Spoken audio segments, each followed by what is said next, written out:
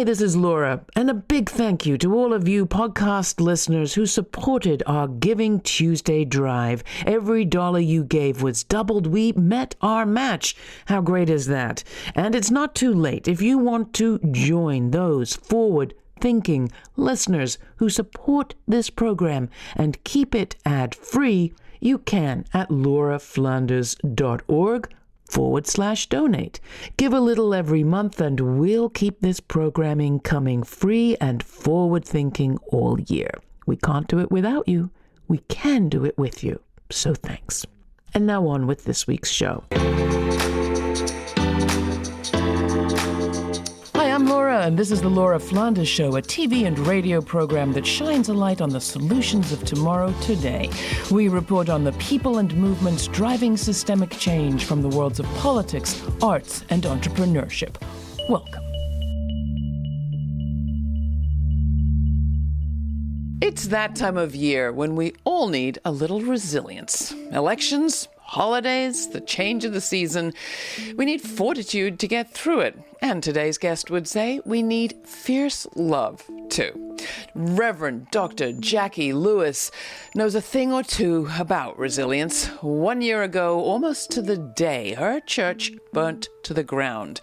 A church that had already been through its own history of near-death experiences. Reverend Jacqui Lewis is senior minister of Middle Collegiate Church in Manhattan's East Village. She's no stranger to this show, and in her latest book, Fierce Love, a bold path to ferocious courage and rule-breaking kindness that can heal the world, Jacqui weaves together autobiographical anecdotes with theological reflections and practical tools. Today we're going to explore the force, Reverend Jacqui says, underlies and inspires that change-making. Fierce love. Welcome back to the program, Jacqui. It is always a pleasure to have you with me. And wow, congratulations on a book with a long title, a beautiful cover, and a lot to say. That title is a mouthful. It really is. Happy holidays to you, Laura. Well, Thank you so much for having me here. It's not just me, right, that needs extra special fortitude and resilience in this season. Do we all go through it? Do you? Are you feeling it too? Absolutely, it does. And I think that's what's good about the holidays, the holy days. They mark these times for us, joy times, sorrow times. They remind us of people who should be at the table who are not. But there is a kind of ubiquitous call to just be nicer, to be kinder, to love each other better, at least for a little while. My hope is that people will extend that all year long. Yeah, well, we're working on that. One of the great things about the holidays, though, quick segue, is that they bring people together. And bringing people together is something that Middle Collegiate did in holiday seasons and all the weeks and Sundays in between. The church burnt down last year.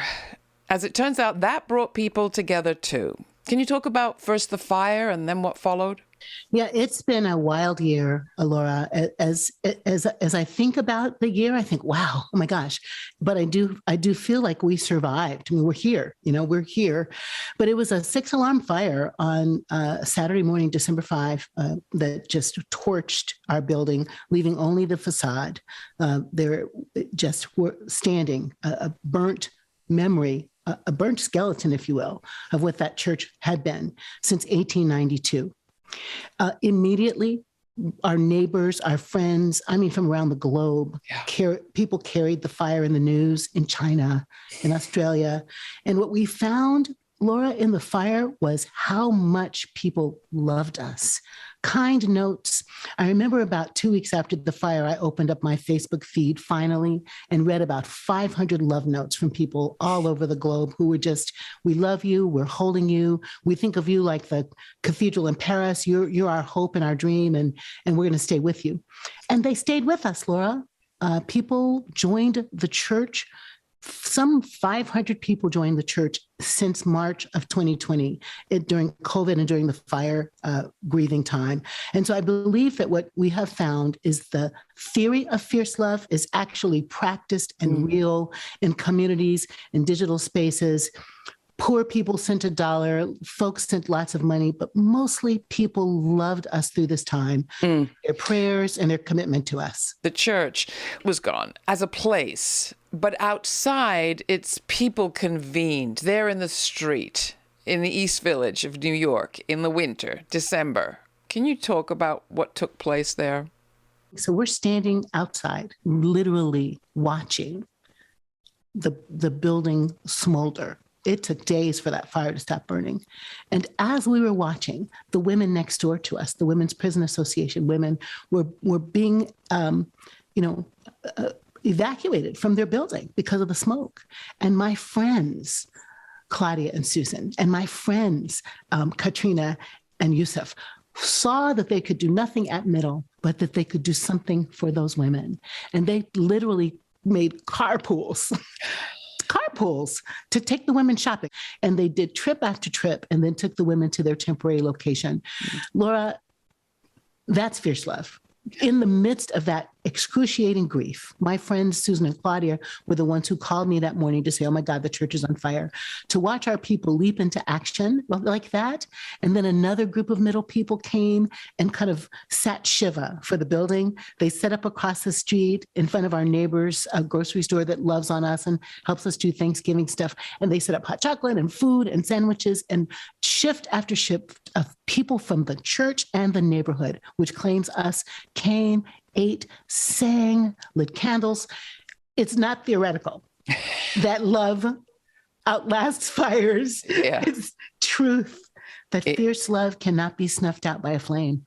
Yeah, and I had mentioned at the top that this wasn't the first time that Middle Collegiate had gone through a near-death experience, right? It has a long and pretty extraordinary history. Absolutely. I mean, the church, which dates to 1892, that building, but the Collegiate Church dates to 1628. So we got centuries of stuff, right? We have, honestly, being the Dutch Reformed Church that, quote, bought Manhattan from the Lenape, lots of apologies and repairs needed around that. Some of our folks, some of our senior ministers owned Black people. Our church was built with stolen labor, okay? And that's real. And I think the work we've done in these last few decades, since Gordon Drott, 1985, for sure, has been all about repairing that harm. LGBTQ justice, opening the doors for all the people in the community dying with HIV/AIDS and their families living. We fed them, we housed them, we gave grants to them, we loved on them. We became the multi-ethnic, multiracial, anti-racist church in the country. People count on us for anti-racist trainings. 6,000 people or so we trained in the time of COVID in the digital space. So I'm claiming reparations, and I'm saying also I'm reparations, right? This Black dreadlocked leader leading Middle Church is part of the way the Collegiate Church offers repair in the world for things we participated in. Well, it's no coincidence that Fierce Love, your book, came out this year, and Fire's feature in the book too. So I don't want to spoil anything. People should go and check it out. But it did start, the book starts in a place that was very resonant for me, and I don't think I'm alone. It starts with one of the hardest things, self-love. Talk about that choice and why starting with self-love is so important in your view. This book had been cooking in me for years, and you know that because we know each other. Just what can we do about the hot mess, toxic politics, horrific banter in the public square, erosion of civil rights, erosion of the pandemic of killing Black people, right? Yep. All of that, Laura, has been grieving me for years. And I preach that, I write that, I teach that. But I wanted to do something that would push even outside of the religious boundaries. Certainly, I'm a Christian pastor, but you know that I'm a universalist. And I wanted to put words in the world that could be consumed by, ingested by, transform the lives of anyone who would dare to pick up the book. And here's the deal, Laura. All the world's major religions say something like, love your neighbor as yourself. Love your neighbor as yourself. Don't do something to someone you don't want done to you. Don't withhold from your neighbor that which they need. One tradition says, don't break anyone else's heart. Don't break anyone else's heart. So if that's true, and that's hanging out in the religious space, why are we so horrific to each other? Why are we so intent on wounding each other? I think it's because actually we don't love ourselves. That's my working hypothesis. So what? You don't love yourself? You don't give yourself care? You don't think you deserve love? You shame on yourself, should on yourself, self-loathing? I am convinced that our founding fathers left Great Britain, your people, sorry, buddy, came over here across the pond to make a safe place for themselves and brought with them their oppression at the hand of the higher classes, right? Their imperialist oppression. And then they passed it on. They passed it on to the indigenous people. They passed it on to the Black people. And I think our whole nation is built not only on stolen land by stolen bodies, but on a principles that look democratic, but are actually steeped in self-loathing. Oh, it's those British patriarchs again. I mean it. So sorry true, about right? that. It's not your fault, my love. It's not your fault. Right? But if you build a culture in which Black people are only 3/5 of a person, if you build a culture in which you think you have the right to, quote, discover land that already belongs to some other folks, you are clearly moving from a place where there's a hole in your soul where love should be. That's my theory. And it's grounded in my experience as a psychologist, as a pastor, as a counselor. And so I wanted to start there. We're not taught to love ourselves. But if we don't love ourselves, I think we're going to keep repeating these patterns of abuse and oppression toward everyone who's not us. This is the Laura Flanders Show. I'm Laura. My guest is author, activist, and public theologian, Reverend Dr. Jacqui Lewis of Middle Collegiate Church in New York. We're discussing her new book, Fierce Love, A Bold Path to Ferocious Courage and Rule-Breaking Kindness That Can Heal the World. It's just out from Penguin Random House. A fire a year ago burnt Jacqui's church to the ground, but the story didn't end there, as you'll hear. You'll find more of my interviews with Reverend Dr. Jacqui Lewis in that church in our archives at lauraflanders.org. While you're there, you can sign up for our weekly newsletter to keep in touch with our live events, like our recent Instagram Live with Jacqui about the verdict in Kenosha. Next, how does white women predominantly backing a candidate like newly elected Virginia Governor Glenn Youngkin and Trumpism in this country factor into Reverend Jacqui's thinking about self-love and political change? Before we get to that, here's the Gil Kang remix of Bad Habit by Full Flavor, featuring Kelly Say from the Full Flavor Refreshed compilation released on Dome Records.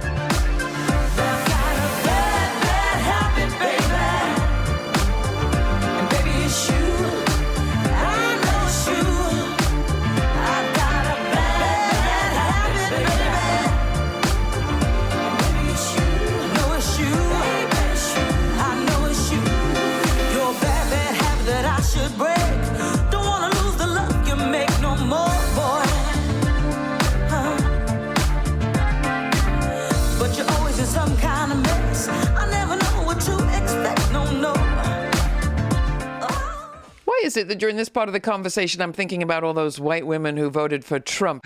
Because you should be, right? I mean, I think that's a really important observation. Think also, I mean, I'm a woman. Trump or Trumpism, let's be clear. Right. I'm looking at Virginia or New Jersey, you name it. It's as though, so I'm a woman, I'm a Black woman, I'm a womanist. The womanist theologians kind of fight in the places where feminism didn't go far enough to do Black women's rights or Latinx women's rights. In a way, Laura, if you are in a culture like ours, the strong patriarch is almost archetypically attractive to us, right? In fact, I would argue that's the kind of God many of us have made up. And maybe that's why Trump gets to win, because there's a way in which we want a mean patriarch. We want a domineering patriarch. We want a violent patriarch because we've been taught that power lives in those places. And you and I know that's not power. That's not the kind of power anyway that will heal us. It is actually narcissism gone amok in my mind. And I think I feel sorry for the women who don't understand that there's a different kind of power that we can all have together. And we don't need to live into male, patriarchal, heteronormative, homophobic, xenophobic worldviews in order to survive and thrive. So that's part of it, isn't it? The desire to perhaps associate ourselves with power and where we perceive power to be. But isn't there another part of it, too, that has to do with a disinclination to associate ourselves with any disparaged or less powerful class, like a gender class? What you're calling on us to do then, I think, is not just love ourselves, but to love ourselves while acknowledging that we have our challenges as a class, that we are part of a disadvantaged class, a gender class in this instance, and others too. Which, right, is a circular, no, it is. It's a circular conversation. Right. And you have to start somewhere, right? So I start with love yourself, knowing that it's hard. Right. And all the way through this book, Fierce Love, I'm coming back to these practices, this idea of harvesting, excavating, exegeting our stories for our superpowers, Laura, that actually might be our weaknesses. Well, that's why you say truth, right? Is the important thing. Truth is important. So telling the truth about what actually did happen to you and to people like you in history, in your personal life, that's part of that cycle. Stop worshiping Thomas Jefferson, my people, right? Let's stop idealizing the beginnings of this nation in which you white women did not matter either. You didn't. Yeah, but we could own slaves, and we could inherit slaves, and we could retain slaves in a separation from our husbands. Even at a time, we could do very little else in the early colonial period, in the period of slavery in this country. White women could do those things. We could own people. And I think none of that history has been fully absorbed, addressed, confronted. And as white people, as white women, I don't think we're barely conscious of needing to consider that history and to heal it and to work with that legacy that is specifically ours, and which I think puts a very big crevasse and series of cracks in our relations with women of color, right? Laura, yeah. And honestly, what goes along with that then is kind of shame and embarrassment. And again, I think the truth will make us free from that as well. Like, okay, I was a part of that. Yes, you were. Your ancestors were. Yes, you were. Which could bring you and I to the conversation about critical race theory and how these nice white people don't want their nice white children to look truthfully at white folks' role in shaping a nation of oppression. Because if we can look truthfully at it, we can work together on making a new way. We can make a new story together if we claim the story. Let me talk a little bit about Ubuntu, though, if you don't mind. Sure. Because there's these world religions with love neighbor, love self. But predating that, and I hope this makes everybody laugh, y'all are all from Africa. Say it with me. I am African. All from Africa. You are all from Africa. And what predates any of the world's religions is the origins of humankind in the cradle of civilization, and this Zulu idea, this ancient idea. Umuntu, Ngubuntu, Ngabantu. I learned that for you, Laura, how to say it right. I appreciate and that's Zulu for a human is human through other humans. When we began to stand up and walk out of the cave and into the light, before we decided in prosperity gospels, before we decided we had to compete with each other, we were a tribe of people needing to live together. Who's going to hunt? Who's going to gather? Who's going to raise the kids? Who's going to raise the wheat? We understood that our destinies were tied together. And this philosophy survives. It's why Mandela was able to work with those crazy Afrikaners, right, to free his people to make a new democracy. It's absolutely in the bedrock of my personal theology and the work at Middle Church. I am who I am because you are who you are. My destiny is tied to Edna, my Latinx friend who's married to Heidi. My destiny is tied to Daryl, my queer Black man who works in that program, is tied to Joy, to Joy, who's Chinese. It's tied to you, Laura. My destiny is tied to humankind. And if we can own that, then the white ladies voting for Trump pretty soon have to say, how does that affect the children in Detroit who don't have clean drinking water? So can I add to that one other thing that we've been thinking a lot about on this program this year? That's the indigenous Native American spiritual tradition. It's almost as if if out of Africa came the notion that we humans are human through other humans, out of those indigenous traditions comes the idea that we as humans are physically, spiritually, and morally connected to other living beings and to place and to this planet. And that this moment is simply the moment where the past and the future connect in us, right? Absolutely, that's right. Imagine if those spiritualities hadn't been scrubbed out of our national lore, our national culture, philosophy. You know, indigenous children kidnapped from their homes and sent to boarding schools to have the Indian, raped, beaten, molested, trained out of them. There's such richness in that, the way our indigenous family think about time, that it is not linear, right? Which gives me hope that today we can fix what happened yesterday and think about it as tomorrow. So for people who only ever see you preaching from the pulpit in your church in all your glory, or maybe know you through your virtual work in social media or online, you can stream the services online. I want you to share a little bit of what's in the book that they might not know, that might come as a surprise, namely the part about young Jacqui, who wasn't always the shining, effervescent, performative person that you are now, but rather was someone who was super good, but super concerned not to be too widely seen, who did her best to hide parts of herself.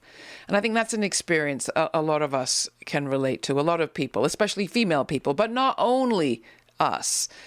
Can you talk about that? I can, Laura. I'm going to make you laugh. I recorded my audiobook, right? And I was reading the book going, what? Why did you feel like you had to be that honest, Miss Thing? What was wrong with you? But hearing my words come back. But honestly, I've shared some of these stories with my siblings. I've had a great talk with my dad about some of the stories I told. And he's proud. People are proud of me for telling the truth.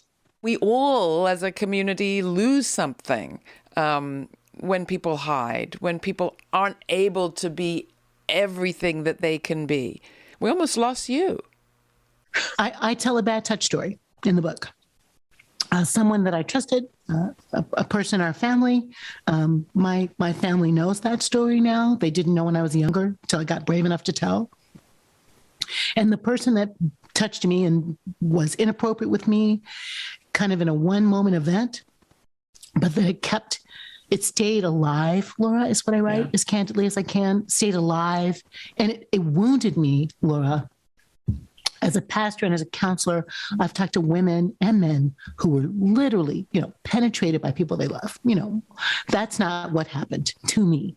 But what did happen to me was the sense that just being myself could be dangerous. Right. Therefore, I feel like my body almost refused to grow breasts, refused to mature. So it took a long time to get well adjusted around my body, around sex is a beautiful gift from God and not only for marriage and procreation, and that, good girls actually do have orgasms and have a great life. Thank you, God. And also that I could make mistakes and survive. I had a broken relationship that made me think, wow, this divorce is so devastating that if I can't put this relationship back together, maybe I don't deserve to be on the planet. So I think also, Laura, about all the kids who get messages from the world. You are ugly, you are stupid, you are queer, you are bad, you are trans. All those young people who get that message from the world of their clergy and their parents and their folks, they are walking around wounded. They are almost dead people walking, Laura. Their egos, their sorrow sometimes overwhelming them. And we understand how many young people kill themselves because they miss the mark of perfection. Mm-hmm. And so I'm wanting to say to parents, guys, your job is to love your little ones, to make a safe container for them so they can show you who they are and be that. It is devastating to think of how many young people won't survive because the folks in charge of loving them attach too much to their expectations of what they should be. Let's have more freedom and more kind of grace to let our young people be who they are. And if by chance a young person is listening to this amazing show, because Laura's show is amazing, baby, you are awesome just exactly as you are. And you might not know it today, but I want to invite you to hang in there, because I hung in there. And I'm here and I'm fierce and I'm feeling like there's a fierce you inside to be loved and to love. So I'm sending you fierce love today. All you fierce yous out there, thank you for that, Jacqui. So in this program, we often end by asking our guests to describe a moment in which they felt that change, the kind of macro, systemic, personal, fierce change that we're talking about, isn't just possible, but is actually happening. A moment in which it was palpable, or a person that gave them the feeling that it was. I'm imagining you have many of those experiences, but would you care to share some or one? Yes, I will. I was in Chicago for my dad's 87th birthday. And the book was just coming out, and it was Dad's 87th birthday, and I had a bunch of meetings and done a bunch of stuff to do in the media. So I went to his house to do a media event.